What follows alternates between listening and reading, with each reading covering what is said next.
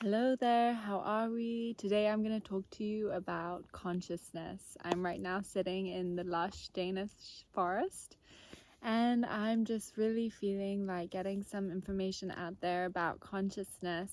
Who am I? Firstly, my name is Julia. I've achieved a very high level of consciousness on this planet. Not to toot my own horn, but toot toot.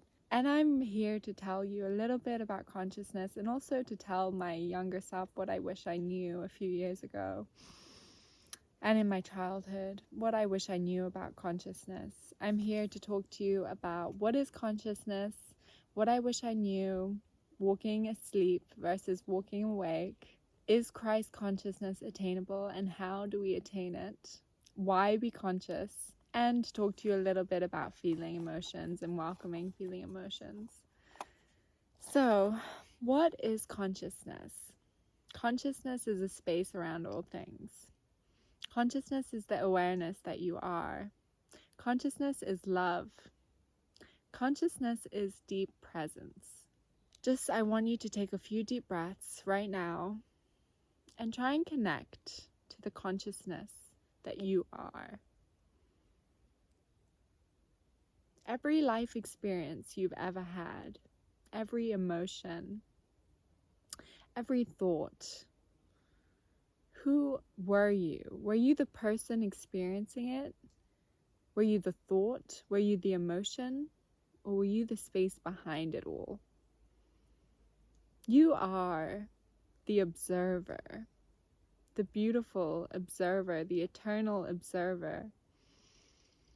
And there's a beauty in that because it means that this eternal part of you can never, never die. Consciousness just is. How does one become conscious? For me, I started meditating for about 5 minutes a day. I think I was around 22 or 23. I started meditating for around 5 minutes a day every day. And I found something miraculous happened. I started wanting to eat my meals. I used to watch the TV with my family and eat my meals watching the TV. This is during COVID, so we would order takeout and watch TV, reality TV shows. And there was a shift in me. I started realizing that I would prefer to eat this food with presence, without any kind of visual stimulation. So I would go up to my room. My family thought I was weird. I would go up to my room by myself and just enjoy this food with complete presence. I tried listening to podcasts while I ate. It didn't feel as good. There was a shift in me towards presence, and this was triggered by just meditating 5 minutes a day. Now, since then, I started meditating much longer. Maybe I would do half an hour, 1 hour a day. There was points in my life where I would meditate for 2 hours a day. I'm not saying that that's what's needed, but it does help starting to shift your awareness. Meditation is key. The point of meditation, however, is to meditate all day long. And I don't mean sit in silence with your eyes closed all day long. I mean to be conscious of your breathing while you do the things you do, while you go about your day, while you do your fun activities, whether that's, dancing, going to the ocean, going to work, even some maybe not so fun activities. Bringing consciousness into your daily routine, into your day, is going to make your life better, okay? So the question why is consciousness? Why should I be conscious?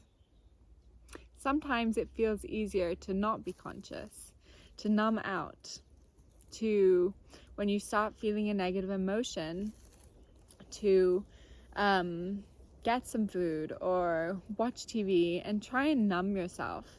And I understand that. I spent most of my childhood and my adult life asleep. And I wasn't actually asleep. I wasn't like sleeping all day long. I was awake, but I was asleep. I was unconscious. I was on my phone all day long. I was mindlessly consuming always consuming content, whether it was on Instagram or on reality TV, or consuming food without even taking a breath and taking a moment to connect to the food. I remember I would consume, I think I was like 13, 14, and I would just take a packet of chocolate fingers and I would just eat the whole thing, and then afterwards I would stop and I would realize, shit, I didn't even connect with that food. I didn't even taste it. I was unconscious because I was in my mind. So how does one become conscious? This is really, really simple, and I'm going to keep this super simple for you guys. For me, the number one thing you can do to become more conscious is to connect with your breathing. I want you to, while you listen to this, start focusing on your breathing, because we are always breathing. I should hope. We are always breathing. And while I'm speaking, I'm breathing. While you're watching this, you're breathing. I want you to just focus on that subtle movement in your belly of air coming in and out. It really is quite beautiful. You are always breathing. And I want to let you in on a little secret. If you are not conscious of your breathing, that means you are not conscious. Because if you are not conscious of your breathing, you are in your mind. You're running away with your thoughts. So how does one become conscious of every breath they are breathing? And this to me is Christ consciousness, by the way. What is Christ consciousness? To be conscious of every single breath you breathe during the day. That is pretty fucking amazing. And how does one attain Christ consciousness? I would start with a meditation practice every morning, let's say 20 minutes a day. Rooting in, just anchoring into your breathing first thing in the morning. That's the most helpful, I find. Anchoring into your breathing. And then once you open your eyes and you give thanks, I want you to make it your intention to be conscious of your breathing throughout the whole day. And really, what I'm talking about is to be conscious of your breathing in every single present moment. This sounds difficult, but once you exercise this muscle of consciousness, it gets easier and easier and easier. And I know to some people this sounds firstly boring, and secondly, kind of like hard work. I'm going to tell you something, that it's harder work to be running away with your mind, because then you're getting into these negative spirals. And that, I'll tell you, is more exhausting than living in consciousness. Because consciousness isn't tiring. It's actually your natural state. So is Christ consciousness achievable? And how does one achieve it? I think yes. I think Christ consciousness is achievable by every single person on this planet Earth. All that it takes is serious dedication and serious practice and serious consciousness of your breath and engaging with your heart to feel love. For me, I've made it my number one intention to be conscious of my breathing, of every breath I breathe, for the last 3 years. I've also gone through some incredible suffering, mental illness, depression, suicidal thoughts, schizophrenia, seeing dark energies, seeing dark auras. And this intense suffering, intense transmutation of negative emotions, compounded with doing this with intense presence, intense consciousness, has really upgraded my level of consciousness to a level where I do think I'm pretty fucking conscious. And I think it's pretty beautiful. And even though parts of my story were very, very difficult, and at that time I wanted nothing but to change my story, looking back, I'm grateful for everything that I've been through. So is Christ consciousness achievable? 100% yes, it is. Christ came here to teach us how to achieve Christ consciousness. His story was twisted. People put him on a pedestal. But Christ consciousness is achievable to everyone here, and I want to help you achieve it. So why be conscious? Why make consciousness your number one intention? Firstly, do you want to be asleep or do you want to be awake in this life? Do you want the beautiful subtleties of life to pass you by? Every sunset, every child playing in the sun, every pouring down of rain in the middle of winter, every wildflower, every glass, every sip of wine, every taste of food, every taste of chocolate and a fresh date. Do you want to be there, to really be there, fixed in your body, while you enjoy the sun on your face, kissing your face every minute? You enjoy the undulation of the breathing. I promise you, with consciousness, life gets better. The reason why you might feel resistance, and why many people feel resistance to consciousness, is because it means that you might have to feel something. You might have to feel a negative emotion that you've been suppressing, maybe since childhood. And I promise you, negative emotions are scary and hard. It's tough. But if you allow yourself to really feel the emotion and realize that that emotion cannot physically hurt you, you will set yourself free. You will set yourself free. Because these emotions that keep you scared and keep you closed off and keep you, I'm getting emotional, they keep you triggered. Once you start to feel and release these emotions, you start to feel light and joyous and open, and you start to welcome all emotions because you know that they cannot hurt you. And the more you feel, the more your emotions will get lighter and lighter and lighter. I don't think this is talked about enough, even in the spiritual community. The more emotions you feel, the more you transmute emotions, the more these emotions are out of your body forevermore. I know I will never feel strong emotions again. Well, I'm going off my antidepressant, so let's see how that goes. But if that goes well, I don't think I will ever feel strong emotions again, because I have released these emotions. Over the last 4 years, I have felt intense, strong emotions, and slowly these emotions have got lighter and lighter and lighter, to the point where now I don't feel very much at all. Everything I feel is so beautifully subtle, and that is freedom. Knowing that you don't need to fear emotions anymore. That is freedom. And it only took me a few years of consciousness to get to this level.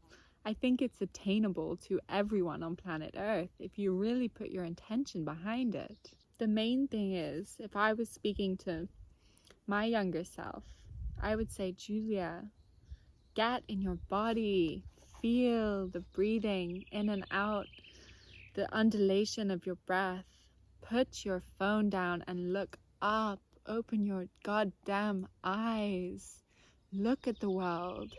Go for a walk in nature and leave your phone at home. If I did this, oh my goodness, my life would have been so beautiful.